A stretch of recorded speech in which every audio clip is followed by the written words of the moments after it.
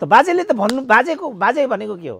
बाजे भनेको त एकदम सम्मानित पदावली हो नेपाली समाजको। यिनको बाबुको बपति हो यो राज्य। सरकारले राजीनामा दिनु भनेपछि राजीनामा नदिने तपाईँ को हो? हिजै पनि संवैधानिक इजलासमा तपाईँ विधामा बस्नुहोस्। चोलेर शमशेरलाई म यहीँबाट चाहिँ कार्यदिशा दिन्छु, तपाईँ अविचलित त्यहाँ बस्ने हो। राजीनामा दिने कुरा छैन। पहिला मैले भनिसकेको छु, बेग्लै हो भने यिनीहरूले महाभियोग लगाउने हुन्, महाभियोग तपाईँ फेस गर्नुहोस्। चुनावको हप्ता दिन अगाडि भनिदिन्छु नेपालमा कसले जित्नुपर्ने कसले हार्नुपर्ने म नै भनिदिन्छु। तिमीहरू के छाडा गाई हो तिमीहरू? रेणुले त त्यस्तो बोलिन्, प्रचण्ड त्यस्तो बोल्दैनन् नि। भनेपछि बाबु पिँढी छोरी पिँढीभन्दा बाबु पिँढी जिम्मेवार भन्ने कुरा त त्यहाँ देखिन्छ नि। सत्य कुरा के भने मदन भण्डारीको हत्या भएको होइन, दुर्घटना हो के। दुर्घटना हुँदैन भने म यहाँ बस्दा बस्दै ढलेर दिवंगत हुन सक्दिनँ। त्यसो भने यो षड्यन्त्र हो त? तर्कै बेतुका छ नि। यिनीहरू पूर्वाग्रह बोल्छन् भन्ने कुरा त यहाँबाट देखिन्छ। यस्ता लठुवा त प्रधान न्यायाधीश हुँदो रहेछन् भन्ने कुरा त नाङ्गियो नि त यहाँ आएर त। यी नाङ्गा बाबाले भनेको लाइनमा हिँड्छौँ हामी लाइन दिन्छौँ हरेक कुरामा। सिंहदरबारको परिसरको बारेमा मलाई अलिकति व्याख्या गरिदिनु त प्लिज। ल, गौतम बुद्ध इन्डियन हो भन्ने त यहाँ टेक्स्ट पढाइ हुन्छ। यहाँ कीर्तिपुरमा युनिभर्सिटीमा अङ्ग्रेजी विभागमा पढाइ हुन्थ्यो। मेरा हजुरबा चाहिँ प्रताप सिंह शाहका प्रधानमन्त्री हुन्। त्यसकारण मैले विषयलाई अलिक गम्भीर रूपमा उठाउनु पर्ने हुन्छ कि खालि भाइरल मात्रै बनाएर अन्टसन्टको शीर्षक बोल्दै नबोलेको कुरा बोल्न बाँकी नै छ। अस्ति यहाँ कुन चाहिँ एउटा विषय थियो, त्यो विषय म बोलेकै छैन। अब आयो शीर्षक भाइरल। नेपाल र नेपालीलाई कसरी हेर्छ विश्वले? ल, शेरबहादुर त्यहाँ गए, हाँस्दैन त शेरबहादुर देखेर मान्छे। गगन थापाले बोल्ने शैली हो त्यो, त्यस्तो बोल्ने हो गगन थापाले। गगन थापालाई त यो देशको भविष्यको नेता भनेर मान्छेले आकलन गरेको छ, त्यही हो बोल्ने शैली। डाक्टर साहबलाई स्वागत छ। ल, हस्, धन्यवाद। डाक्टर साहब, तिहार लाग्यो, आज लक्ष्मी पूजाको दिनमा नेपालका महाकवि लक्ष्मीप्रसाद देवकोटाको जन्मजयन्तीको पनि अवसर जुरेको छ आज। लक्ष्मीप्रसाद देवकोटालाई हामी कसरी सम्झिन सक्छौँ? डाक्टर साहबले कसरी चित्रण गर्नुहुन्छ? अब लक्ष्मीप्रसाद देवकोटा चाहिँ विराट साहित्यिक प्रतिभा हुन्। उनलाई चाहिँ कसैले पनि अवमूल्यन गरेको मलाई थाहा छैन। किनभने साहित्यमा पनि पार्टिसन छ, साहित्य पनि वर्गीय हुन्छ र त्यो आधारमा साहित्यकार स्रष्टा प्रतिभाहरूलाई पनि बुझ्ने व्याख्या गर्ने यस्तो दुष्प्रवृत्ति छ हाम्रो नेपाली साहित्य काशमा। अब एउटा सुखद संयोग भन्नु पर्यो, प्रसन्नताको विषय भन्नु पर्यो, लक्ष्मीप्रसाद देवकोटालाई चाहिँ प्राय त्यसरी चित्रण गरिराखेको पाइँदैन। जहाँसम्म मेरो कुरा छ, मैले चाहिँ एउटा विराट कवित्व प्रवाह भएका स्रष्टा हुन् लक्ष्मीप्रसाद देवकोटा भनेर म बुझ्छु। र उनीसँग चाहिँ थप एक दुईवटा कुरा अरू पनि के थियो भने उनमा चाहिँ भाषिक एउटा पकड पनि थियो। अङ्ग्रेजी भाषामा पनि उनको पकड थियो, नेपाली भाषामा त देखिएकै छ, संस्कृतमा पनि थियो कि भन्ने देखिन्छ। किनभने त्यो बेलाका साहित्यकारहरू लक्ष्मीप्रसाद देवकोटा मात्रै होइन, यदुनाथ खनाल इत्यादि पनि तीनटा भाषामा उनको राम्रो कमान्ड थियो भन्ने छ हैन। अब नेपाली, संस्कृत भइहाल्यो, अङ्ग्रेजी विराट एउटा गहिरो एउटा क्षमता भन्ने छ। अब लक्ष्मीप्रसाद देवकोटा उनको भन्दा पनि स्थापित साहित्यकार स्रष्टा भन्ने कुरा उनका कयौँ कृतिहरूले देखाइ पनि रहेको छ। तर हुँदाहुँदै पनि कतिपय मानिसहरूले लक्ष्मीप्रसाद देवकोटालाई पनि नछोडेको र उनको मुन्ना मदन जो अत्यन्त लोकप्रिय कृतिमा पर्यो, त्यो कृतिमै चोरी भएको भन्नेसम्मको घृष्टता पनि कताकति मैले सुनेको थिएँ। अघि मैले भने प्राय सबैलाई छोड्दैनन् यो देशमा चाहिँ, लखेटिहाल्ने, कसैले केही लेखिहाल्यो भने चोरिहाल्यो भन्ने, कोही धनी भइहाल्यो भने भ्रष्टाचारै गरिहाल्यो भन्ने, यो खालको छ नि। कोही महानायक भयो भने कसरी महानायक भन्ने, यस्तो धन्धुकारी प्रवृत्ति छ नि त हाम्रो त। कसैले कसैलाई नमान्ने, सबैले सबैप्रति चाहिँ ईर्ष्या गर्ने, द्वेष गर्ने। तर अघि पनि भनियो, यस अपवादलाई छोड्ने हो भने चाहिँ लक्ष्मीप्रसाद देवकोटा एउटा विराट कवित्व प्रवाह भएका विराट साहित्यकार हुन् र उनको सायद 113औं जन्मजयन्ती भनियो कि अरे आज। त्यस उपलक्ष्यमा म आफ्नो तर्फबाट पनि गहिरो श्रद्धाञ्जली व्यक्त गर्न चाहन्छु। उनका कृतिहरूमाथि जस्तो लक्ष्मी निबन्ध सङ्ग्रहको बारेमा मलाई एकजना नेपाली वाङ्मयको मर्म बुझ्ने गैर भाषिक र गैर विषयगत व्यक्तिले पनि भनेको थियो कि वास्तवमा लक्ष्मी निबन्ध सङ्ग्रह चाहिँ अनौठो छ भनेर। जस्तो अब सुलोचना महाकाव्यको कुरा भयो होइन, भिखारी कविता एउटै मात्रै पनि हामीले अगाडि लिएर आयौँ भने, पागल त बेलायततिर पढाइ पनि हुन्छ भन्ने सुनेको छु। अब मुन्ना मादनको चर्चा हामीहरूले गऱ्यौँ। अब हामी त साहित्यको वास्तवमा मर्मधर्म जति मात्रामा बुझ्नुपर्ने हो त्यति बुझ्न सक्दैनौँ।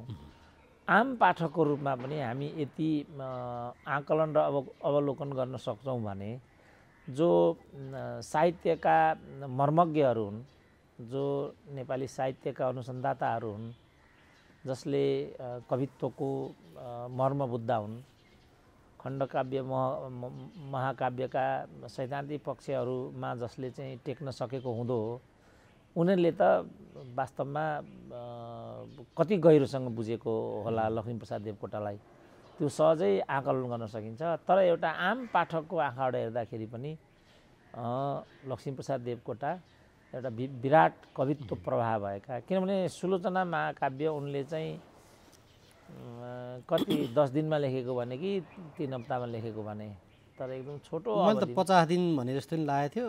जो सबभन्दा छोटो समयावधिमा लेखिएको पर्यो त्यो। तर डाक्टर साहब, यहाँ लक्ष्मीप्रसाद देवकोटाको जुन खालका कृतिहरू छन्, जुन खालको उनको त्यो विज्ञता छ, त्यसमा चाहिँ यदि नेपालमा नजन्मिएको भए नोबेल पुरस्कार साहित्यतर्फको प्राप्त गर्न सक्थे भनेर कतिपयले उनको त्यो टिप्पणी गरेका छन्। त्यस्तो सुन्नुभएको छ डाक्टर साहब केही? अब त्यो चाहिँ हाइपोथेटिकल हो।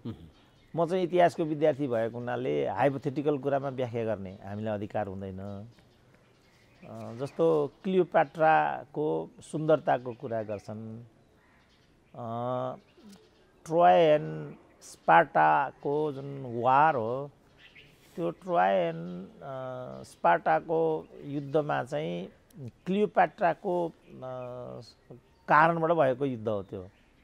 र क्लियोपाट्राको जो सुन्दरता हो, त्यो सुन्दरता जस्तो महिलाहरूको सुन्दरता त जहिले पनि विषयवस्तु रहने गरेको छ। हामीले चाहिँ द्रौपदीको कुरा गरे पनि त्यही हो, सीताको कुरा गरे पनि त्यही हो होइन। कैयौँ प्रकरणमा महिलाहरू जोडिएर आउँछन् र सुन्दरता नै त्यसको लागि कारण रहेको हुन्छ। इतिहासमा चाहिँ अनि के व्याख्या गरिन्छ भने क्लियोपाट्राको सुन्दरता चाहिँ नाकमा थियो। अनि हिस्टोरियनहरू के भन्छन् भने क्लियोपाट्राको नाक त्यति सुन्दर नभएको भए स्पार्टा र ट्रोयको युद्ध हुन्थ्यो कि हुँदैन थियो होला भनेर। जस्तो जङ्गबहादुरको जन्म नभएको भए राणा शासन आउँथ्यो कि आउँदैन थियो, प्रचण्ड नभएको भए नेपालमा गणतन्त्र आउँथ्यो कि आउँदैन थियो, केपी ओली नभएको भएदेखि एमालेको यस्तो अवस्थान हुन्थ्यो कि हुँदैन थियो, अथवा भविष्यमा एमाले फेरि विजयी बनेर आउँछ कि आउँदैन भन्ने कुरामा बहस गर्न थाल्यो भने काहीँ अन्त्य हुँदैन भनिन्छ क्या इतिहासमा। त्यसकारण अब हाइपोथेटिकल कुरातर्फ नजाउँ, बरु मलाई मदन यो नोबेल प्राइजकै हकमा चाहिँ एकजना नोबेल प्राइजको मर्म बुझ्नेले के भनेको थियो भने तपाईँले सोध्नुभएको हाइपोथेटिकल प्रश्नलाई नै आधार मानेर उत्तर दिउँ भने पनि त्यस्तो सम्भव हुने थिएन। किनभने त्यहाँ पनि सेटिङ हुन्छ र निश्चित मान्छेले त्यो पाउने भन्ने हुन्छ। त्योभन्दा परकाले जस्तो नेपालको मदन पुरस्कार सुरेन्द्र केसीले पाउँछ र त्यो सम्भव छैन नि। होइन, त्यही त सेटिङमा चाहिँ देशको कारणले पनि असर राख्दो रहेछ कि भन्ने कुरो। त्यस कारण त्यहाँ एउटा सेटिङ हुन्छ। निश्चित नस्ल र क्षेत्रका वर्गका मानिसलाई बाहेक अरूलाई नोबेल प्राइज दिइँदैन। सेतो छाला भएको भए मिल्न सक्थ्यो। अब सेतो छाला भनेर पनि भएन। अब सेतो छालाभित्र पनि वर्गीय पक्षधरता हुन्छ, ग्रुपिजमका कुराहरू हुन्छन्। उनीहरूको प्रति विश्वास आर्जन गर्न सक्ने भयो भने कालै भए पनि चल्छ, तर आफ्नो भक्त हुनुपर्छ, हनुमान हुनुपर्छ। डाक्टर साहब, हामी दिल्ली बजारमा छौँ, लक्ष्मीप्रसाद देवकोटाको घर यहाँबाट नजिकै पनि छ।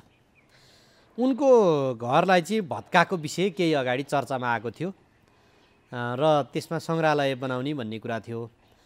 त्योलाई चाहिँ डाक्टर साहबले कसरी हेर्नु भएको छ? उनको घर भत्काइयो तर चाहिँ अरू अरू कुराहरू बनाइयो अरू अरू ठाउँमा र त्यहाँ चाहिँ बजेट नै पुगेन भन्ने कुराहरू थियो।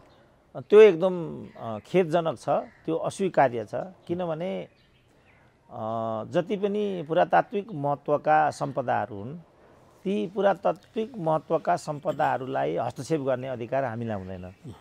अहिलेको पिँढीलाई त्यो अधिकार हुँदैन। पूर्वजहरूले छोडेर गएका सामग्रीहरूलाई जस्ताको तस्तै संरक्षित गरेर त्यसलाई रेक्टोफेटिङ थ्योरी भनिन्छ। त्यो भनेको चाहिँ कुनै पनि पुरानो चिजलाई जस्तो भत्क्यो मानिलिउँ धरारा, भुइँचालोले चाहिँ धरारा भत्क्यो भने भत्केकै स्वरूपमा भन्नुपऱ्यो त्यसलाई चाहिँ संरक्षित राख्ने प्रविधिलाई चाहिँ रेक्टोफिटिङ थ्योरी भनिन्छ। रेक्टोफिटिङ थ्योरीमा गएर भए पनि त्यसलाई हुबहु संरक्षित राख्ने अधिकार मात्रै हामीलाई हुन्छ, तोडफोड गर्ने अधिकार हामीलाई हुँदैन। भर्खरै चैनपुरको प्रसङ्ग एउटा उठ्यो यहाँ, त्यहाँ के गरे स्थानीय फटाहरूले भनेदेखि तिनलाई फटा भन्नु नै राम्रो हुन्छ, किनभने उनीहरू सम्पदाको महत्त्व बुझ्दैनन् भने तिनीहरू या त मूर्ख हुन् होइन भने फटा नै हुन्। चैनपुर बजार चाहिँ त्यो बजार मैले पनि घुमेको छु, त्यो चाहिँ पुरै ढुङ्गाबाट चाहिँ ढलान गरिएको बजार हो, त्यो पुरानो बजार हो त्यो। तर उनीहरूले त्यो ढुङ्गा सबै त्यहाँबाट हटाएर पिच गरे अरे, त्यो गर्न पाइँदैन। अब धराराको कुरा मैले अघि भनिहालेँ, त्यो गर्न पाइँदैन। अब पछिल्लो पिँढीले त्यसैलाई नै धरारा भन्ने भयो नि, त्यो धरारा हो त? त्यो त धरारा होइन नि। रानी पोखरी, पछिल्लो पिँढीले त्यसैलाई रानी पोखरी भन्ने भयो, त्यो रानी पोखरी हो त? सिंहदरबार, पछिल्लो पिँढीले के भाइलाई नै पनि थाहा छैन होला। ल सिंहदरबारको परिसरको बारेमा मलाई अलिकति व्याख्या गरिदिनु त प्लिज। ल डाक्टर साहब, मैले सिंहदरबारको विषयमा एउटा डकुमेन्ट्री बनाएको छु, म पछि समय मिलेमा अलिकति व्याख्या गरिदिनु। सिंहदरबारको परिसरको बारेमा अलिकति भन्न आउँछ कि आउनु ट्राई गर्ने हो? होइन, सिंहदरबारको विषयमा पछि चर्चा गरौँला डाक्टर साहब, अहिले चाहिँ त्यो विषयमा प्रवेश नगरौँ होला। किनभने सिंहदरबार पनि त्यो होइन, अहिले जुन देखिएको छ त्यो होइन। सिंहदरबारको परिसर मैले भने त्यसको परिसर भनेको त्यो जुन वैद्यखाना छ सिंहदरबारभित्र नै हो। पुतली सडकबाट अनामनगर जाने सडक हो, त्यो सिंहदरबारभित्र नै हो। सेरोफेरोको हिसाबमा डाक्टर साहब, यस परिसर भनेको त्यो हो। जुन अनामनगरको सडक छ त्यो सिंहदरबारभित्रको हो। त्यो यिनीहरूले गरेको अपराध हो, त्यो गर्न पाइँदैन। भोलिको पिँढीले सिंहदरबारलाई कसरी चिन्छ त? अब यिनीहरूले त्यो जलाउने काम त गरि नै हाले। सिंहदरबारको ओरिजिनल रूप पनि छैन, त्यो अगाडिको मोडा मात्रै सिंहदरबार हो। अब अर्को पनि यिनी अपराधीहरूले अर्को अपराध पनि त्यहाँ रात दिन गरिरहेका छन्। त्यो अपराध भनेको चाहिँ के भने सिंहदरबारलाई उनीहरूले असन जस्तो बनाइसके, घरभन्दा अर्को त्यहाँ बनेकै छैन, त्यो गर्न पाइँदैन। सबै त्यहीँ सेन्ट्रलाइज गरेका छन्। सिंहदरबारभित्र विदेशीहरूलाई हुले, त्यो गर्न पाइँदैन। चाइनिजहरूले त्यो नेपाल टेलिभिजनको परिसर नै बनाइदियो, त्यो गर्न पाइँदैन। पाटन दरबार स्क्वायरदेखि लिएर भक्तपुर हनुमान ढोकादेखि लिएर काष्ठमण्डप पनि विदेशीहरूले चाहिँ जीर्णोद्धार गरिदिएको, त्यो गर्न पाइँदैन। अब अन्तिम भन्छु यो क्रममा महत्त्वपूर्ण काष्ठमण्डपको कुरा त मैले भनिहालेँ। काष्ठमण्डप पनि एजिटी छैन, सिद्धियो। बसन्तपुर त्यो पनि सिद्धियो, त्यो एजिटी छैन, त्यसो गर्न पाइँदैन, अपराध हो त्यो। र दरबार हाई स्कुल पनि दरबार हाई स्कुल होइन, त्यो चाइनिजले घण्टाघरको पनि त्यही आइरहेछ अहिले सरकारले। हजुर, घण्टाघर पनि भत्काइदिने भन्ने कुरा आइरहेछ नि डाक्टर साहब। यिनीहरूले त जे पनि गर्न सक्छन्। यिनीहरू त भनेकै अपराधी भन्ने शब्द मैले प्रयोग, बदमास भन्ने शब्द प्रयोग गरेको छु नि मैले। यिनीहरू जे पनि गरिदिन्छन्। अब दरबार हाई स्कुल हो त? त्यो त चाइनिजहरूले बनाएको एउटा घर हो, त्यो दरबार हाई स्कुल हो? त्यो स्कुलको नामै बदलिने भानु कुनै के व्यवसायिक माध्यमिक विद्यालय भन्ने छ, त्यो भानु माध्यमिक हो। त्यो त्यस्तो हुन्छ भानु माध्यमिक त? यो केही नबुझ्नेहरूको त के कुरा गर्ने हो? जसले केही पुरातात्विक महत्त्व बुझ्दैन, जसले राष्ट्रिय सम्पदा बुझ्दैन, जसले पशुपतिनाथ बुझ्दैन, जसले लुम्बिनी बुझ्दैन, जसले कपिल वस्तु बुझ्दैन, जसले गौतम बुद्ध चिन्दैन। गौतम बुद्ध इन्डियन हो भने त यहाँ टेक्स्ट पढाइ हुन्छ। यहाँ किर्तिपुरमा युनिभर्सिटीमा अङ्ग्रेजी विभागमा पढाइ हुन्थ्यो ऊ त्यहाँ। अहिले त हट्यो होला डाक्टर साहब, भारतीय सम्बद्ध प्राप्त विद्यालयहरूमा मात्रै होला। अब अहिले हट्यो त त्यो सिलेबसमा राख्दाखेरि पढेर राख्नु पर्दैन, हचुवामा राख्ने हो। त्यहाँ के छ भनेर नबुझिकन टेक्स्टमा राख्न पाइन्छ? राखे नि त यिनीहरूले। अब जापानमा बुद्ध इन्डियन हो भनेर पढाइ हुन्छ, चाइनामा बुद्ध इन्डियन हो भनेर पढाइ हुन्छ। एउटा लठुवालाई यिनीहरूले राजदूत बनाएर पठाएका हुन्छन्, उसले त्यो कुरै बुझ्दैन। हामीले यो कुरा उठायौँ भने पद नपाएको रोदन भनिदिन्छन्, अनि यिनीहरूले देश थामी खान्छन् त यिनीहरूले। त्यसकारण सम्पदाको महत्त्व त यिनीहरूले पटक्कै मेरा हजुरबाको दरबार थियो जय मन्दिर भन्ने चिकमङ्गुलमा, यो बसन्तपुर परिसरमा जहाँ हनुमान ढोका दरबार छ, त्यहाँ एउटा जय मन्दिर भन्ने छ उत्तरपट्टि। त्यो मेरा हजुरबाको घर हो र मेरा हजुरबा चाहिँ प्रताप सिंह शाहका प्रधानमन्त्री हुन्। त्यो जय मन्दिर पनि कसले क्याप्चर गरिसक्यो। एउटा घरको भित्र छ त्यो, कहिलेकाहीँ म हेर्न जान्छु, एउटा मान्छेको घरको भित्र त्यो जय मन्दिर भन्ने चाहिँ स्क्रिप्ट देखिन्छ। त्यहाँ एक बाहिरबाट घरले घेरिसक्यो, निजी बनाइसक्यो, मन्दिरभित्र छ। त्यो मन्दिर भन्ने मात्रै, जय मन्दिर भन्ने एउटा चाहिँ भित्तामा छ, त्यति मात्रै छ। त्यो टर्च लगाएर हेऱ्यो भने मात्रै देखिन्छ, नत्र देखिँदैन। त्यसकारण राष्ट्रिय सम्पदा, पुरातात्विक महत्त्वको अर्थ, राष्ट्रियताको अर्थ, पूर्वजहरूको अर्थ, गौतम बुद्धको अर्थ बुझ्छन् र यिनीहरूले। हँसी मजाकको पात्रको रूपमा यिनीहरूले चाहिँ त्यो त कुरा गर्नु नै बेकार छ नि त। अब लक्ष्मीप्रसाद देवकोटाबाट ठाउँमा अब उहाँ सेक्सपियरको चाहिँ जन्मस्थल यिनीहरू यहाँडै भिजिट गर्न जान्छन्। लियो टोल्स्टयको घर रस्सामा जाँदाखेरि अनिवार्य त भन्नु पऱ्यो, उनीहरू चाहिँ भिजिट गर्न जान्छन्। तर यिनीहरूलाई पृथ्वीनारायण शाहको शालिग तोड्छन् यिनीहरू, जङ्गबहादुर राणालाई दुध काट्छन् यिनीहरू। जङ्गबहादुर जति नै फटा भए पनि नयाँ मुलुक त लिएर आएको हो नि। नेपालको राष्ट्रिय सौरभलाई त उसले प्रतिनिधित्व गरेको हो नि एकचोटि। तर जङ्गबहादुर भनेको गद्दार हो, हत्यारा हो, ब्रिटिस कुत्ता हो भन्छन्। अनि अहिलेका चाहिँ कुन सा गाई हुन् त यिनीहरू ब्रिटिस गाई हुन् यिनीहरू पूजा गर्न लायक छन् यिनीहरू ढोक्दैनन् अङ्ग्रेजलाई, यिनीहरू ढोक्दैनन् मोदीलाई। ताली बजाउँथे त त्यहाँ। डाक्टर साहब, ग्लास्गोमा प्रधानमन्त्री गएर अब ढोक्छन् कि ढोक्दैनन् भन्ने पार्टमा त भेटवार्ता गरिराख्नु भएको छ। त्यो ब्रिटिस प्रधानमन्त्री छ भने भेटवार्ता गर्नुभयो, भारतीय प्रधानमन्त्री छ भने भेटवार्ता गर्नुभयो। अब यो भेटवार्ता पछि चाहिँ नेपालको राष्ट्रिय राजनीतिमा केही चाहिँ सम्बन्ध सुध्रियो। चुच्चे नक्सा जारी भए पछाडि चाहिँ सम्बन्ध बिग्रिया थियो, अहिले चाहिँ सुध्रियो भन्छन्। के बुझ्नु भएको छ डाक्टर साहब? अब सम्बन्ध सुधार्नु भनेको नेपाल जस्तो मुलुकले चाहिँ विदेशीहरूलाई प्रसन्न पार्नु भन्ने रूपमा बुझ्छु म। प्रसन्न पारेर अब प्रधानमन्त्री आज फर्किँदै हुनुहुन्छ त्यसमा? विदेशीलाई प्रसन्न पारेर आफ्नो जागिर चाहिँ लम्ब्याउनु, त्यसलाई सम्बन्ध सुध्रियो भन्ने रूपमा व्याख्या गर्छन्।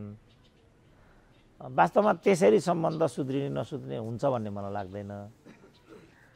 तपाईँले आफ्नो मुलुकलाई चाहिँ आत्मनिर्भर बनाउन सक्नुपर्छ। तपाईँ आत्मनिर्भर हुनुभयो भने कोही रिसाएर पनि केही फरक पर्दैन। जस्तो मेरो घर म चलाउन सक्ने भए, मैले कृषि विकास ब्याङ्कबाट चाहिँ लोन लिएर पेट पाल्नु पर्ने भएन भने मैले 10तिर ढोक्दै हिँडिरहनु पर्दैन नि। तर मेरो घरको चाहिँ भाँडामा चामल है, अनि साउले दिइसकेपछि मात्रै हाल्ने अवस्था हो भने त मैले 4तिर झुक्दै हिँड्नु पर्यो। अनि ऊ के गर्दा प्रसन्न हुन्छ मैले त्यो अनुसारको आचरण गर्नु पर्यो। अनि सम्बन्ध सुध्रिने र बिग्रिने कुरा हुन्छ। जस्तो अहिले नेपालको कुरा गर्ने भने अब हाम्रो चाहिँ 90% उपभोग्य सामग्रीहरू चाहिँ आयातित छ, 10% मात्रै निर्यातित छ। अब 16 खरबभन्दा बढीको चाहिँ वैदेशिक ऋण छ, 14 खरबभन्दा माथिको व्यापार घाटा छ, 16 खरबको चाहिँ बजेट चल्छ। अनि यस्ता जा भएको सम्बन्ध सुध्रियो बिग्रियो भन्ने कुरा कहाँनिर यहाँ म्याच गर्छ? मैले म्याचै गर्न देख्दिनँ। राजनीतिक रूपमा चाहिँ प्रधानमन्त्री पदमा रहिराख्ने सम्बन्ध चाहिँ अलिअलि बढी लम्बियो त्यसो भए डाक्टर साहब? होइन, त्यो भन्न सकिँदैन, किनभने केपी ओलीको त त्यो दुर्दशा भयो, जो 2/3 नजिकको चाहिँ जनसमर्थनमा प्रधानमन्त्री भएका थिए भनेपछि शेरबहादुरसँग त के छ र? नेपालमा प्रधानमन्त्री नियुक्त भएपछि हतार हतार भारत भ्रमणमा पहिलो देशको रूपमा जानुपर्ने थियो, तर चाहिँ नि अहिलेका प्रधानमन्त्रीलाई त निम्ता भएन। यद्यपि त्यहाँ चाहिँ निम्ता साटासाट भयो भन्ने चाहिँ समाचारहरू सार्वजनिक भए। यो ट्रेन्ड चाहिँ चिरियो भनेर बुझ्ने कि अब रिसाएको भारतले बोलाइदिएन भनेर बुझ्ने कि के भनेर बुझ्ने राख्छ यसलाई चाहिँ? यो किन भयो ताकि यस्तो गल्ती भोलि नदोहोरियोस्, हामीले त्यसमा विषयलाई केन्द्रित गर्ने हो। अब यिनीहरूलाई बोलायो, यिनीहरूलाई बोलाएनको के महत्त्व हुन्छ? यिनीहरू त गति छाडा हुन्। किनभने शेरबहादुरकै कुरा गर्ने हो भने प्रधानमन्त्री हुने म्यान्डेट त होइन, उनको त प्रमुख प्रतिपक्षीय भूमिकाको लागि जनताले दिएको चाहिँ मतादेशमा उनी छन्।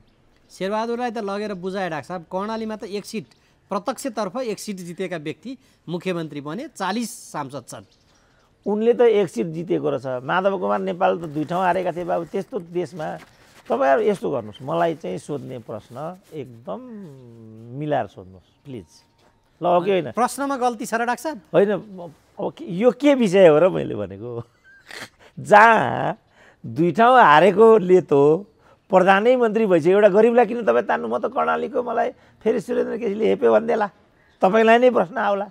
यस्तो प्रश्न सोधेर 1 सिटेलाई मुख्यमन्त्री भयो, म त मुख्यमन्त्री भइसकेँ, कम्युनिस्टहरूले चाहिँ नसकेर ल्याएर चरण बुझाइदिएको बालकृष्ण खाँडले भनेकै छ हामीले बाध्यात्मक अवस्थामा राजपाट लिनु परेको। त के बाध्यता यस्तो पर्यो जसले गर्दा प्रचण्डहरूले लगेर माधव कुमार नेपालहरूले आफ्नै पार्टीलाई तोडफोड गरेर आजको दिन ल्याए? यी अपराधीहरूलाई दण्डित गर्नुपर्छ कि पर्दैन? मैले उठाउन खोजेको चुनावले देखाउला नि त डाक्टर साहब। अब देखाएन भने फेरि त्यसकारण उनीहरूलाई पनि झकझक्याउनुपर्छ। किन पनि देखाउने नदेखाउने कुरा निर्दिष्ट गर्न सकिँदैन भने अब उनीहरू पनि रणभुल्लमा परे। अब जनताले 2/3 गर्छन्, लगेर यहाँ सूर्य भनेर मत माग्छन्, उहाँ लगेर रुखलाई सुम्पिन्छन्। वामपन्थीलाई भनेर स्थायित्वको लागि भनेर यत्रो जनसमर्थन दिइयो, फेरि काङ्ग्रेसलाई पनि लगेर बुझाइदिन्छन्। काङ्ग्रेस के भन्छ भने वामपन्थीहरूले नसकेको हुनाले हामीले बाध्य भएर चाहिँ भारी बोक्नु परेको। अब त्यो जन्तो भन्ने चाहिँ के भन्छ त? अब आएर बौद्धिकको, मिडियाको, नागरिक समाजको त देखिहाल्यो अनुहार, यो त स्यालको हुइयाँ हो। जुन देशमा बौद्धिक वर्ग नै स्यालको हुइयाँ छ, अनि त्यो देशमा जनताले के भूमिका खेल्ला त? बडा रणभुल्लोको स्थिति आयो नि त। अब नागरिक समाज त डाक्टर साहब, न्यायालय त्यस्तो छ, कार्यपालिका चलाएको छैन, कार्यपालिकाले प्रभावकारी काम गरेको छैन, संसद चलाएको छैन, त्यो कार्बन सम्बन्धीको चाहिँ ब्यानर लिएर सडकतिर बसेको देखिन्थ्यो। अब हिजो चाहिँ एउटा कार्यक्रममा कल्याण श्रेष्ठसँग भेट भएको थियो। मैले यो कुरा उहाँलाई खुल्लम खुल्ला भनेको थिएँ, ल तपाईँलाई त बधाई छ, एमाले फुटाउनु भयो, अनि तपाईँले आफ्नो अनुकूलको सरकार बनाउनु भयो, अदालतमा चाहिँ न्यायिक संरचनामा पनि हात हाल्न कल्याण श्रेष्ठ चाहिँ सफल भयो भन्ने छ, बधाई छ श्रीमान भनेर मैले डाइरेक्ट भनिदिएँ।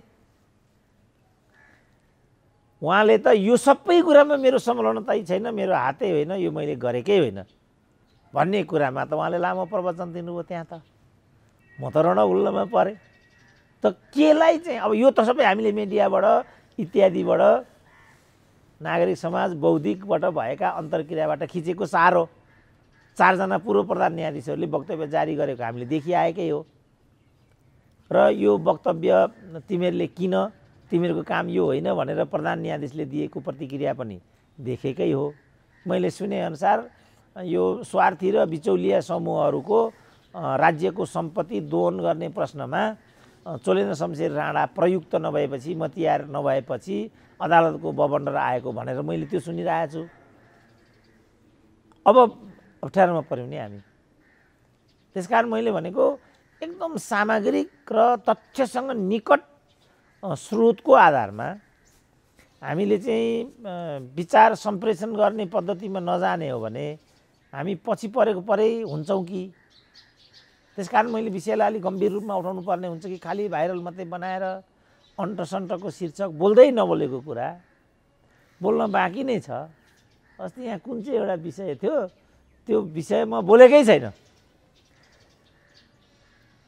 अब आयो शीर्षक भाइरल। अब कतिको बानी के हुन्छ भने त्यो शीर्षक मात्रै बनाएर पनि धारणा बनाइरहेको हुन्छ। फेरि कतिको त्यो बानी, म त अब चेतेँ यो सोसियल मिडियामा आएको राइटिङमा पनि जबसम्म प्रत्यक्ष बाँडीबाट सुन्दिनँ म त्यो विश्वास गर्न छोडेँ अहिले आएर।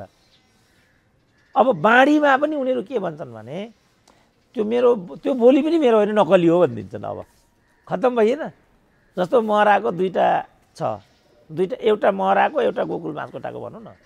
महराको त्यो 50 करोडको प्रकरणमा त्यो मेरो बोली त हो, तर मैले कहाँ बोलेँ मलाई थाहा भएन भनिदिएँ। जोडेर हालियो भनेर उनीहरूको स्थायी समितिले निर्णय गर्यो त्यति बेला। बस सक्यो।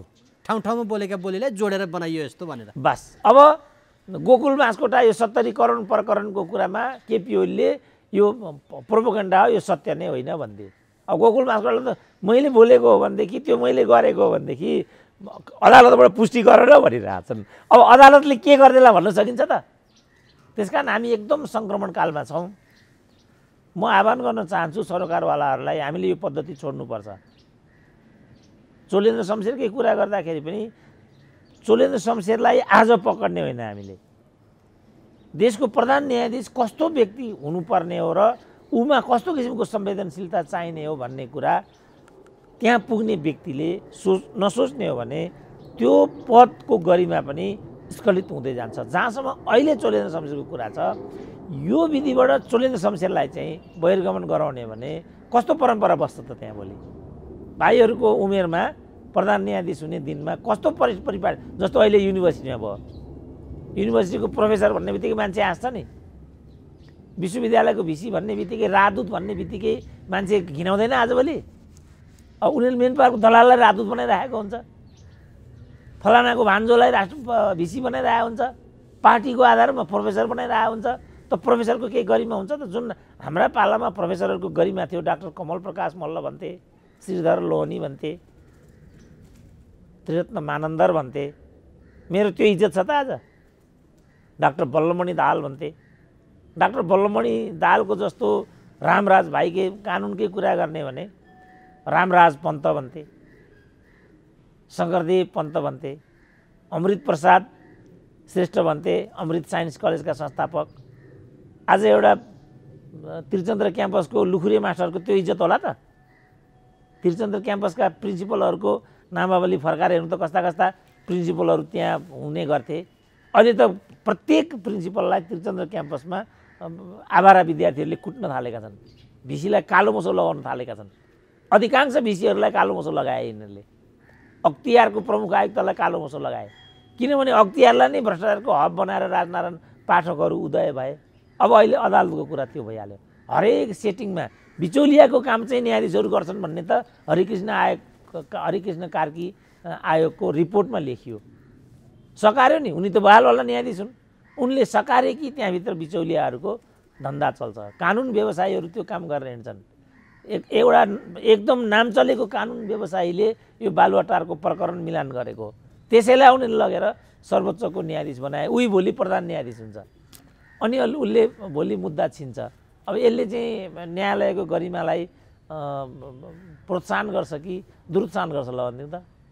डाक्टर साहब, त्यो न्यायालयको जुन शुद्धिकरण भनेर अभियान चल्दै गर्दा यहाँ विषय ट्विस्ट हुन थालेछ। अहिले काङ्ग्रेस निकट कानुन व्यवसायीले न्यायालय सुचारू गर भन्न थालेछन्, अथवा ती न्यायाधीशहरू सबैलाई हटाउनु पर्यो, महाभियोग लगाउने हो भने सबैलाई लगाउनु पर्यो भन्न थालेछन्। र विज्ञप्तिमा पनि काङ्ग्रेस निकट र एमाले निकटले छुट्टा छुट्टै तर उस्तै भाषा उस्तै थिम हुने गरेर जुन विज्ञप्ति जारी गरे, केही कानुन व्यवसायीहरू जसले चाहिँ सेतोपट्टि बाँधेर न्यायालय सुचारू गर भन्दै थिए, त्यहाँ चाहिँ बारले फेरि त्यसलाई स्वीकारिरहेको छैन, कालोपट्टि बाँधेर विरोध प्रदर्शन गरिराख्दा यो विषयवस्तुमा जुन ट्विस्ट आयो यसलाई कसरी हेर्न सकिन्छ डाक्टर साहब? त्यो त राजनीतिक ध्रुवीकरण हो, किनभने त्यो राजनीतिक रूपमा उठाइएको मुद्दा भएको हुनाले विषयगत ध्रुवीकरण भयो। मैले त यो ठुलो विषय छैन, तर सबैको विज्ञप्ति आयो इत्यादि भयो होइन। अनि बाजे वकिलले चाहिँ के भने त त्यो प्रतिक्रिया सुन्नुभयो? बाजे वकिल त आन्दोलनमै छन् र उनले के भने सुन्नुभएको छ? छैन। बाजे वकिलले के भने सेतोपट्टि बान्नेहरू चाहिँ न्यायाधीशका बिचौलिया हुन् भनिदिए। 47 सालमा पनि यस्तै हुन्थ्यो, प्रतिकार समिति बसे जस्तो भन्न थाले जस्तो। अब बाजे वकिलले नै त्यसो भन्न थालेपछि त न्यायालयभित्रको चाहिँ शुद्धता त अझ विकृत भएर जाने भयो। बाजे वकिलले भन्नु पर्यो त्यहाँभित्र बिचौलियाको काम गर्छन् कि गर्दैनन्। कानुन व्यवसायीहरू चाहिँ सेटिङमा मुद्दा फैसला गर्छन् कि गर्दैनन्। कानुन व्यवसायीहरू घुसद्वारा न्यायालयलाई थर्काएर, न्यायाधीशलाई थर्काएर आफ्नो अनुकूल फैसला गराउने र सेटिङ गर्नको लागि न्यायालयभित्र खेलबाड गरिरहेको स्थिति सत्य हो कि होइन? त्यो प्रतिवेदनले देखाएको छ नि। त बाजेले त भन्नु, बाजे भनेको के हो? बाजे भनेको त एकदम सम्मानित पदावली हो नेपाली समाजको। यद्यपि ओलीले व्यङ्ग्यात्मक रूपमा त्यो भनेका थिए, तर वास्तवमा कृष्णप्रसाद भण्डारीको त एउटा न्यायालयको इतिहासका धरोहर हुन् नि कृष्णप्रसाद भण्डारी त। उनले त त्यत्रो पङ्क्तिलाई बिचौलिया हुन् भनेर निषेध गर्नुको सट्टा आफै कतै बिचौलियाको घेराबन्दीमा त छुइनँ भनेर एकचोटि अवलोकन गर्ने उमेर होइन बाजे वकिलको? जहाँ बाजे वकिल यस्तो हुन्छ। अब बाजेभन्दा कम छवि होइन नि त शम्भु थापाको। बारले राजीनामा दिनु भनेपछि राजीनामा नदिने तपाईँ को हो? हिजै पनि संवैधानिक इजलासमा तपाईँ विधामा बस्नुहोस् भनेका छन्। संवैधानिक इजलासमा यो न्यायाधीश राख्नुहोस् र यस्तो फैसला गर्नुहोस् भनेपछि हाम्रो आशा गर्ने ठाउँ केही छ त? तर अहिले जुन ध्रुवीकरण देखियो त्यसले चाहिँ कतातर्फ सङ्केत गर्दैछ डाक्टर साहब? अब चोलेन्द्रको पक्षधरतर्फ सङ्केत गर्दैछ कि अथवा यो चाहिँ कसरी विषयवस्तुलाई सल्टाउने दिशातर्फ सङ्केत गर्दैछ कि के सङ्केत गरेको छ? यो यिनीहरू सल्टाउन् नसल्टाउन्, चोलेन्द्र शमशेरलाई म यहीँबाट चाहिँ कार्यदिशा दिन्छु, तपाईँ अविचलित त्यहाँ बस्ने हो, राजीनामा दिने कुरा छैन। पहिला मैले भनिसकेको छु, बेग्लै हो भने यिनीहरूले महाभियोग लगाउने हुन्, महाभियोग तपाईँ फेस गर्नुहोस्, मैले भनिदिइसकेको छ। हो त्यही कुरा हुन्छ, जे पनि गर्ने हो। आइजी मन परेन फालिदिने, भिसी मन परेन फालिदिने, राजदूत मन परेन फालिदिने, जे पनि गरिदिने, मुख्य सचिव मन परेन फालिदिने, यस्तो गर्न पाइन्छ? यिनीहरूको बाबुको बपति हो यो राज्य, यसको कुनै मर्यादा हुँदैन, यसको कुनै गरिमा हुँदैन। अघि मैले भने सम्पदा सिद्ध्याए, अब ऊ सन्धि सम्झौतामा यिनीहरू यस्तै गर्छन्, एमसिसी भन्छन् लडाइँ गर्छन्, बिआरआई भन्छन् लडाइँ गर्छन्। यसले हाम्रो अन्तर्राष्ट्रिय छवि बर्बाद हुँदैन? यस्तो छवि लिएर प्रधानमन्त्री स्कटल्यान्ड पुग्छन्। अब प्रतिपक्षमा बस्ने जनताको आदेश लिएर म प्रधानमन्त्री हुँ भन्दै पुग्छन्। अनि यसले हाम्रो छवि सुध्रिन्छ कि बिग्रिन्छ मलाई भनिदिनु त? एकदम गलत बाटो लिइरहेछ हाम्रो राजनीतिले। हाम्रा नेताहरू कुनै हालतमा सुध्रिनेतिर छैनन्। युवाहरू अगाडि आउनु पर्यो अब, किनभने यो नेतृत्वले गर्दा आज हाम्रो देशको स्तरीय उर्म लिने काम भइराखेको छ। डाक्टर साहब, यो युवाहरूको अगाडि आउनु पर्यो भन्ने धेरैको चाहना छ, तर नेतृत्व त्यो ठाउँ चाहिँ नि ओगट्ने दिशामै गइरहेछ। अब अहिले नै पनि पार्टीका अधिवेशनहरू चलिरहेका छन्, त्यो शुद्धिकरण नेतृत्व छान्ने दिशा पनि होला त्यो अधिवेशनले। तर केपी शर्मा ओली त्यहाँ कसरी हुन्छ, आफू दोहोरिने प्रपञ्चमा लाग्यो भनेर समाचारै सार्वजनिक भएको छ। शेरबहादुर देउवा त कसरी हुन्छ आलटाल गरेर बसिरहेछन्। जबसम्म उनको चाहिँ नि त्यहाँ सुनिश्चितता हुँदैन तबसम्म यो अधिवेशनै के हो भन्ने चाहिँ धेरैको चाहिँ मनमनमा परिसकेको छ। कसरी आउला? ल ठिक छ, त्यसो भने जुन एमाले भित्रको 10 जनाको पङ्क्ति छ, उसले चाहिँ यो सबमा आफ्नो पोजिसन कसरी बनाउँदैछ त एउटा प्रश्न। नेपाली काङ्ग्रेसभित्र चाहिँ युवाहरूको जो 8 जनाको जत्था थियो, ती चाहिँ के सुतेर बसेका छन् त? बुढाहरूको मात्रै काँधमा दोषारोपण गरेर हामीले निकास पाउँछौँ त? म सार्वजनिक रूपमा आह्वान गर्छु घनश्याम भुषालहरूलाई, तिमीले त्यहाँ उम्मेदवारी दिनुपर्छ र म एमाले पङ्क्तिलाई सार्वजनिक रूपमा आह्वान गर्छु, यो हाई टाइम हो। यदि तिमीहरू नेतृत्व परिवर्तन गर्नेपट्टि छौ भने यो हाई टाइम हो, तर यो विधिबाट निर्वाचित भइसकेको अध्यक्षलाई तिमीहरू भोलि ख्याङख्याङ गर्न पाउँदैनौ, जुन केपी ओलीको विरुद्धमा गर्यो। यसरी नै 9 महाधिवेशन भइराखेको थियो। यही प्रक्रियाबाट तिमीहरूले नै, हामीले हो र केपी ओलीलाई पार्टीको अध्यक्ष बनाएको, हामीले हो केपी ओलीलाई संसदीय दलको नेता बनाएको, हामीले होइन नि। बनायो तिमीहरूले, बनाइसकेपछि त विधिको शासनमा त विधिसम्मत तरिकाले पो त असफल नेतृत्वलाई किनारा लगाउनुपर्छ जुन अमेरिकी जनताहरूले गरे। हेर त ट्रम्पलाई आज कसरी किनारा लगायो अमेरिकी जनताले। सम्पूर्ण दुस्साहस त ट्रम्पले पनि नगरेको होइन नि हो। व्हाइट हाउस 250 वर्षको इतिहासमा पहिलो पटक अमेरिकी व्हाइट हाउसमा अमेरिकी जनताहरूले आक्रमण गरे। तर अमेरिकी प्रजातन्त्र त पछि फर्केन नि, किनभने जनताले सही त्यहाँ आदेश दिइसक्यो, ट्रम्पको काम छैन, ट्रम्प छुट्टी लिनु, अमेरिकी छवि सुधार्नु, यो आदेश दिए नि त। अब हाम्रो नेपालमा योमा बाटो बिराउने जस्तो काङ्ग्रेसकै कुरा गर्दा अहिले उनीहरू युवा नेतृत्व भन्छन्। शेरबहादुरले समयमा चाहिँ सम्मेलन सम्पन्न गरेनन् भन्ने कुरा हो भने कमसेकम युवाहरूले एकगठ भएर अनि किन चाहिँ उम्मेदवारी दिएर किन नेपाली काङ्ग्रेसको नेतृत्व आफ्नो हातमा नलिने त? राप्रपामा यही कुरा छ, मधेसवादीमा यही कुरा छ। यो सबै ठगी हो र यिनीहरू राजनीतिक ठग हुन् भन्ने कुरा त अब त इस्टाब्लिस भइसक्यो नि त। आफ्नो छोरी बुहारी स्वास्नी बनाउने कुरा हो। मैले धेरै पहिला भनेको छु, जुन नेताले छोरी बुहारी स्वास्नी बोकेर हिँड्छ त्यो कहिले नेता हुन सक्दैन र यिनीहरू कोही पनि नेता होइन। अहिले चाहिँ केपी ओलीले घनश्याम भीम रावलहरूलाई गरेको दुर्व्यवहार हेर्नु त एउटा नेताले गर्ने व्यवहार हो यो। किनभने 10 जना नेताहरू युवा नेताहरू माधव कुमार नेपालपट्टि लागेका भए त त्यसको त वास्तवमा युगान्तकारी सन्देश हुन्थ्यो नि त। सही गलत के हो इतिहासले मूल्याङ्कन गर्छ। माधव नेपालले सही गरेका छैनन्, गलत गरेका छन् त मैले 1000 चोटि भनिसकेँ। तर निर्णायक ठाउँमा 10 जनाले त केपी ओलीलाई साथ दिएको छ, पार्टीलाई साथ दिएको छ नि। तिनीहरूको स्वाभिमानलाई गिराउने काम केपी ओलीले गर्नुहुन्छ त गरिराखेका छन्। त गरिराखेका छन्, तिमीहरू बाबा वैधानिक तरिकाले प्रतिस्पर्धा गरेर जवाफ देऊ नि त। रोएर त्यो जवाफ हुन्छ? म अर्को पार्टी जोइन गर्छु, म फलानु गर्छु भनेर समस्याको समाधान हुन्छ? तर त्यो विधिबाट जुनसुकै नेता आओस्, केपी ओली आउन् अथवा कोही आओस्, आइसकेपछि त आयो नि त। त्यसकारण सचेत कार्यकर्ता हुन्छन् त्यहाँ। ती कार्यकर्ताले सही निर्णय गर्ने र गलत गर्नेलाई दण्डित गर्ने उपयुक्त समय यो छ। मानिलिउँ उनीहरू चाहिँ एकगठ भएर फेरि केपी ओलीकै नेतृत्वमा गोलबन्द भयो भने हामीले कराएर हुन्छ त? प्रचण्ड माधव नेपाल रिसाएर हुन्छ? खप्नु पर्दैन। माधव जसले चाहिँ 20औं वर्ष त्यो पार्टीको चाहिँ नेतृत्व गरेको छ, उसले 5 वर्षमध्ये 3 वर्ष त व्यतीत गरिसकेको थियो केपी ओली। 2 वर्ष पनि धैर्य गर्न सकिँदैन। ल केपी ओलीले सम्पूर्ण रूपमा गलत गरे भने पनि नेतृत्वलाई त सहन गर्नुपर्ने एउटा बाध्यात्मक अवस्था हुन्छ। दलीय व्यवस्था भन्ने कि त्यही हो। जस्तो पुष्पलालले चाहिँ 6 सालमा पार्टी स्थापना गरे, यस्तै खालका बेइमानहरूले 8 सालमा नै उनलाई त्यहाँबाट चाहिँ बेदखल गरे। 25 सालसम्म धैर्य गरेर बसे नि त पुष्पलाल।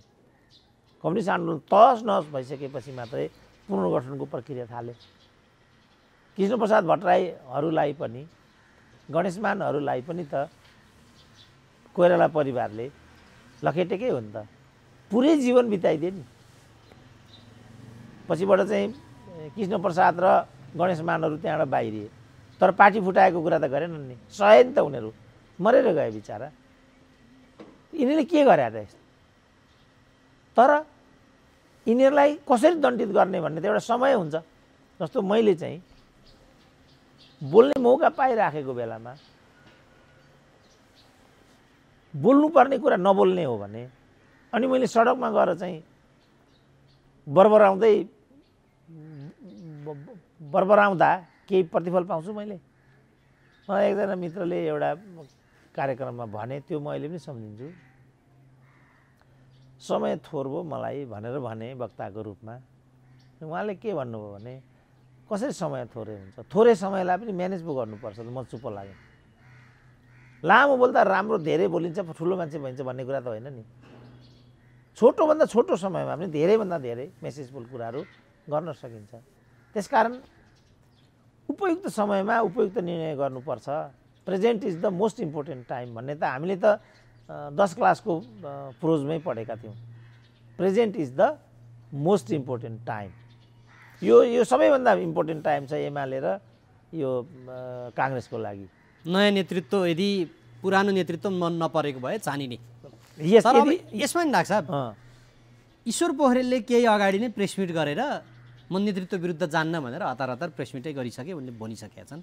उनको इच्छा त्यतातर्फ छ, वरिष्ठ उपाध्यक्ष भन्ने जुन पद छ त्यतातिर होला कि भन्ने आकलन गरेका छन् मान्छेहरूले। केपी शर्मा ओलीले सर्वसम्मत नेतृत्वको त अहिले भर्खरै चर्चा भइहाल्यो।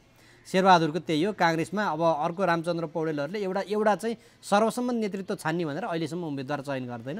सबै आफ्नै आकाङ्क्षामा छन्। तर कोही पनि खुलेर म गर्छु, म यसलाई यो दिशामा लिएर जान्छु भन्दैनन्। त्यहाँ गुट चाहिँ कसरी मजबुत बनाउने भन्ने दिशातर्फ मात्रै लगेका छन्। त्यसले चाहिँ शुद्धिकरण हुन्छ र डाक्टर साहब? यो शुद्धिकरणको प्रश्नै होइन, यो त स्वार्थीकरणको प्रश्न हो। यो एउटा बार्गेनिङ टुल्स बनाएर, जस्तो सुजाताले म अध्यक्षमा उड्छु भनिन्, केन्द्रीय समितिमा सुनिश्चित गर, मलाई मन्त्री पदमा सुनिश्चित गर, यति हो नि उनको भनाइ। थाहा छैन र सुजाता कोइराला त्यो पार्टी हाँक्न सक्छन् कि सक्दिन् भनेर। तर अब शेरबहादुरले त्यो काङ्ग्रेस पार्टी चलाउन सके भने सुजाताले चलाउन सक्दिनन् भन्नु पनि केही छैन। प्रश्न आयो, पार्टी चलाउने, नेतृत्व हुने भनेको एउटा सैद्धान्तिक वैचारिक प्रश्न हो कि खालि प्राविधिक प्रश्न मात्रै हो? संसारलाई थाहा छ नि, नेपालमा भएका नेतामध्ये सबैभन्दा गए गुज्रेका नेता शेरबहादुर हुन्। तर अब मैले शेरबहादुर गए गुज्रेका हुन् भनेर हुन्छ र? त्यत्रो पङ्क्तिले निर्वाचित गर्छ। डडेलधुरामा उनी बाहेक अरूले चुनावै जित्दैन। 5औं चोटि उनी प्रधानमन्त्री हुन्छन्। प्रचण्डले पनि उनलाई नै छान्छन्। अनि मैले कराएर केही कुरा हुन्छ? त्यहाँभित्र शेरबहादुर, केपी ओली जो मन पर्दैन त्यहाँ अधिवेशनमा आउने प्रतिनिधिले चयन गर्ने विषय होइन। मन पर्छ पर्दैन चाहिँ उनीहरूको कुरा भयो। कुनै पनि चिज मन पर्न पनि सक्छ, मन नपर्न नेतृत्व छान्ने प्रसङ्गमा राख्छ। तर किन हाम्रो राजनीति असफल भइराखेको छ भन्ने आजको केन्द्रीय विषय हो। भने यसमा मैले जोड्न खोजेको कुरा के छ भने यो चाहिँ सैद्धान्तिक र वैचारिक प्रश्न पनि हो। सैद्धान्तिक वैचारिक धरातलमा उभिएर मुलुकलाई कसरी रूपान्तरणमा लैजान सकिन्छ त्यो नभएको हुनाले आज हामी यो स्थितिमा भयौँ भन्ने। अघि मैले भने 90% हामी परनिर्भर छौँ। यो 90% परनिर्भर गराएको हाम्रो मुलुकलाई कसले हो त? मैले भने 16-17 खरबको ऋण छ।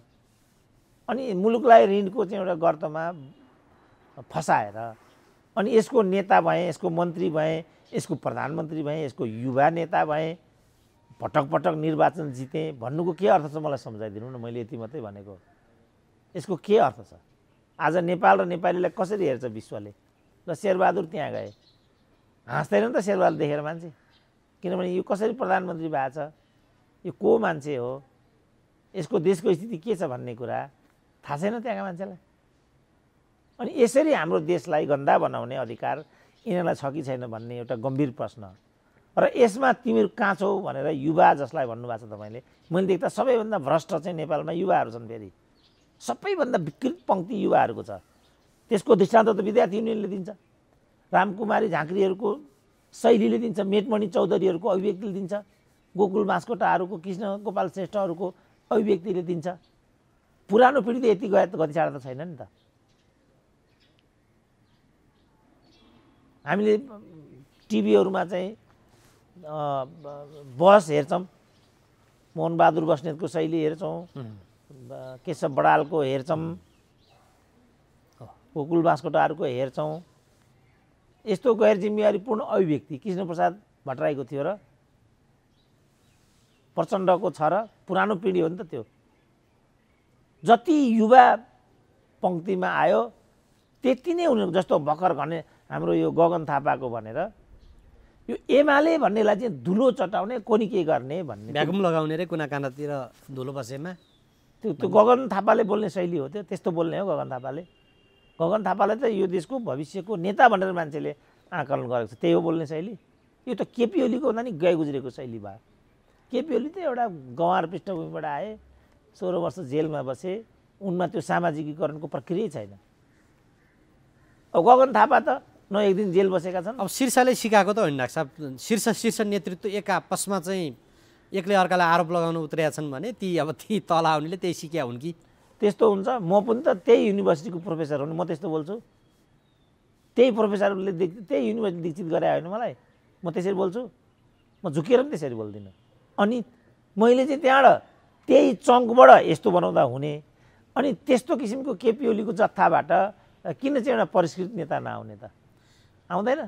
योगेश भट्टराईले जुन अभिव्यक्ति दिए हिजो, यो नेकपा यस चाहिँ अवैधानिक गर्भधारणबाट जन्मेको पार्टी एमालेको महाधिवेशनमा बोलाउन जरुरी छैन भनेर, के हो डाक्टर साहब यो अवैधानिक गर्भधारणबाट जन्मेको पार्टी? अवैधानिक भए पनि त्यसरी बोल्न मिल्ने कुरा हो त? त्यो शैलीमा समस्या भनेको त्यही हो। युवाहरू गए गुज्रेका छन् भन्ने मेरो तर्क नै त्यही हो। त्यसको जवाफ अर्कोले कसरी दियो भनेदेखि तिमीले त गर्भपतन नै गराएका छौ। जसले गर्भपतन गरायो त्यसले अवैध गर्भ भन्दै हिँड्न मिल्छ भनेपछि थला पारेन केटाले। त्यस कारणले जहिले पनि बोल्दाखेरि संवेदनशील बोल्नुपर्छ र शिष्ट बोल्नुपर्छ, मर्यादित बोल्नुपर्छ। त्यो योगेश भट्टराईको त्यो भनाइ आफै गलत छ। र यी जम्मैका जो वक्ताहरू म एमालेलाई सिद्ध्याइदिन्छु, केपी ओलीले 10 भोट पनि ल्याउँदैनन्, ल्याए भनेदेखि म सन्यास लिन्छु भन्ने जुन विरोध कतिवटा माधव नेपालको प्रवृत्ति छ, यो भन्ने मैले पहिल्यै भनेको छु, यसरी बोल्ने नै होइन। तिमीले बस गरेर देखाओ। किनभने कसलाई कति मत दिने भन्ने कुरा त जनताको अधिकारको कुरा हो नि। जनताको हक अधिकार खोज्ने तिमीहरू को हो? तिमीलाई त हामी जम्मै हेरेर बसिरहेछौँ। तिमीहरूले यो सबै हिसाब गरेर बसे हुन्छ। म चुनावको हप्ता दिन अगाडि भनिदिन्छु नेपालमा कसले जित्नुपर्ने कसले हार्नुपर्ने, म नै भनिदिन्छु। र त्यो हिसाब हामी गरेर बसिरहेछौँ नि। तिमीहरूले भनेर हुन्छ? कसको जमानत जफ हुन्छ, कसको जमानत जफ, हामी उम्मेदवार नहोला, हामी नजितौँला, त्यो मैले कुरा माने। तर जनमत निर्णायक रूपमा जनमतलाई दिशा दिने ठाउँमा अब हामीहरू पनि छौँ। तिमीहरू मात्रै छैनौ नि त यहाँ। त्यस कारण सबैले यो कुरालाई हेक्का राख्नुपर्छ। युवाहरूलाई चाहिँ म के भन्छु, चाहे त्यो योगेश होस्, चाहे त्यो गगन होस्, चाहे त्यो अरू कोही होस्, उनीहरूले एकदम मर्यादित बोल्नुपर्छ, संयमित बोल्नुपर्छ र राजनीतिक अभिव्यक्ति दिनुपर्छ। जथाभावी तिमीहरू के छाडा गाई हो? तिमीले जे बोले नि हुन्छ भन्ठाने? आफूभन्दा सिनियरलाई मान्नु पर्दैन? आफ्नो नेतालाई मान्नु पर्दैन? बहस गर्ने भने त सैद्धान्तिक आधारमा गर्नु पर्यो, वैचारिक आधारमा गर्नु पर्यो। यो प्रचण्ड पुत्रको मृत्यु अब यद्यपि अहिले प्रचण्ड चितवन भनेर जुन केन्द्रित गरेका छ, त्यहाँ मृत्युको विषयमा चाहिँ प्रचण्ड पुत्रीले जुन एउटा ट्विट गरिन्, त्यसमा चाहिँ केपी शर्मा ओलीको कारण प्रकाश दाहालको मृत्यु भयो भनेर उनले जुन ट्विट गरिन् डाक्टर साहब, त्यो पनि अघि डाक्टर साहबले भन्नुभएको शैलीकै निरन्तरता हो अथवा त्यसभित्र केही छ डाक्टर साहब? होइन, त्यो चाहिँ उनको अर्कै सन्दर्भमा आएको थियो, मिसकोट गरियो। यहाँ उनले के भनेको थियो भने अब चुनाव प्रचार क्रममा झापामा बुवा पुग्नु भएको थियो, बुवा यहीँ भइदिएको भए बा प्रकाशको उपचार इत्यादिमा थप केही गर्न सकिन्थ्यो कि भन्ने सन्दर्भमा मैले पनि त्यो हेरेँ।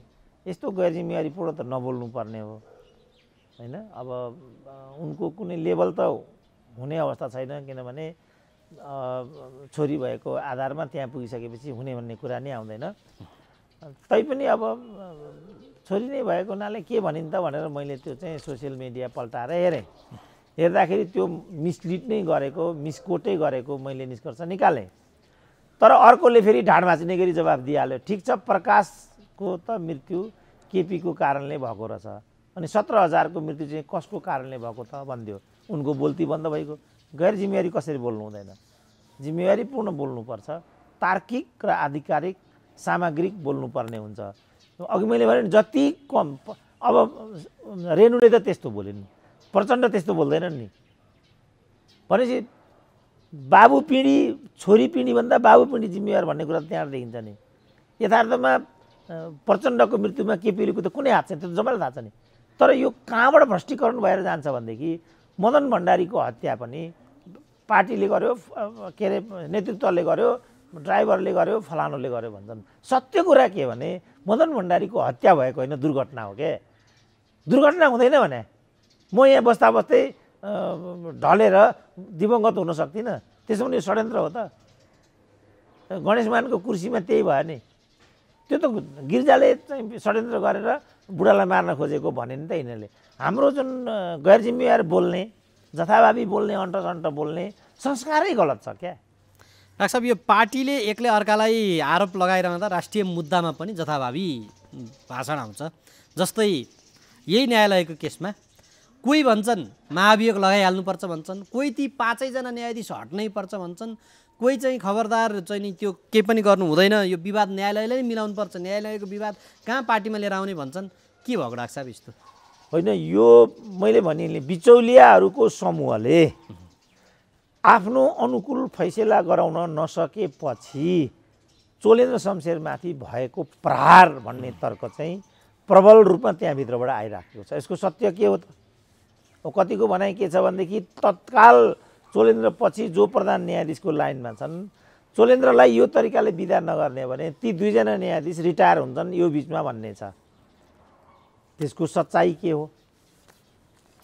अब कतिले चोलेन्द्र शमशेरले एक लौटी कमाउने दबाउने एउटा मञ्चको रूपमा अदालतलाई दुरुपयोग गरेको हुनाले छुट्टी नदिकन भएन पनि भनेका छन्। कतिले भागेदारी भागभण्डाको कुरा न्यायिक मर्मधर्म नै चोलेन्द्रले छोडेको हुनाले उनलाई त्यहाँबाट नहटाइकन हुँदैन भन्ने तर्क निकालिरहेछन्। मैले देख्दाखेरि चाहिँ देशको प्रधान न्यायाधीशलाई हटाउने यो कायदा स्वागत योग्य छैन, नम्बर 1।